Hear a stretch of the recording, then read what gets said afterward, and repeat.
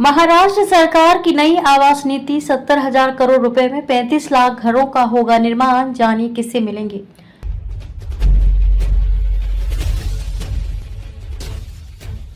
नमस्कार, मैं शालिनी और आप देख रहे हैं हिंद नमा न्यूज। आई बढ़ते हैं आज की बड़ी खबर की ओर।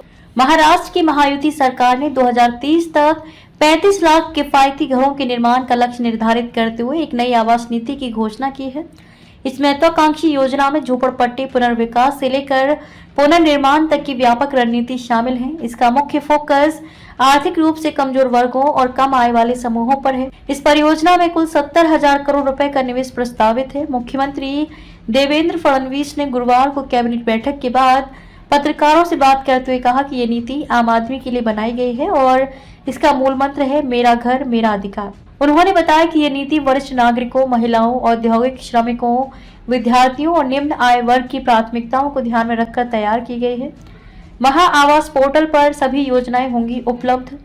मुख्यमंत्री देवेंद्र फडणवीस ने बताया कि राज्य सरकार द्वारा पहली बार 2007 के बाद एक इतनी व्यापक और समावेशी आवास नीति तैयार की गई है।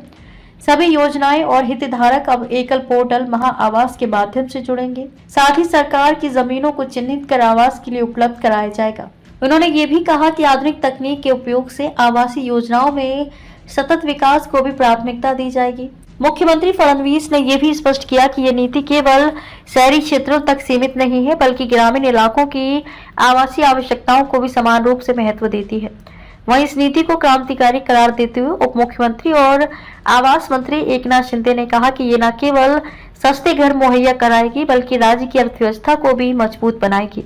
उन्होंने कहा कि इस नीति से शहरी विकास और आवासीय क्षेत्र में बड़ा बदलाव आएगा और ये महाराष्ट्र को 2032 तक $1 ट्रिलियन की अर्थव्यवस्था बनाने के लक्ष्य में अहम भूमिका निभाएगी। समाज के हर वर्ग के लिए आवास। शिंदे ने बताया कि इस नीति में वरिष्ठ नागरिकों, कामकाजी महिलाओं, छात्रों, औद्योगिक श्रमिकों, पत्रकारों, दिव्यांगजनों और पूर्व सैनिकों की आवासीय जरूरतों को विशेष रूप से ध्यान में रखा गया है। साथ ही किराया आधारित आवास और भूमि बैंक बनाने जैसे महत्वपूर्ण मुद्दों को भी संबोधित किया गया है। नमस्कार, मैं शालिनी और आप देख रहे हैं हिंद नमा न्यूज। आई बढ़ते हैं आज की बड़ी खबर की ओर।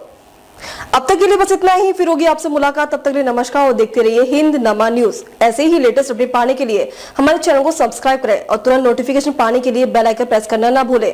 यदि आप हमें फेसबुक या इंस्टाग्राम के माध्यम से देख रहे हैं तो हमारे पेज को फॉलो जरूर करें। धन्यवाद।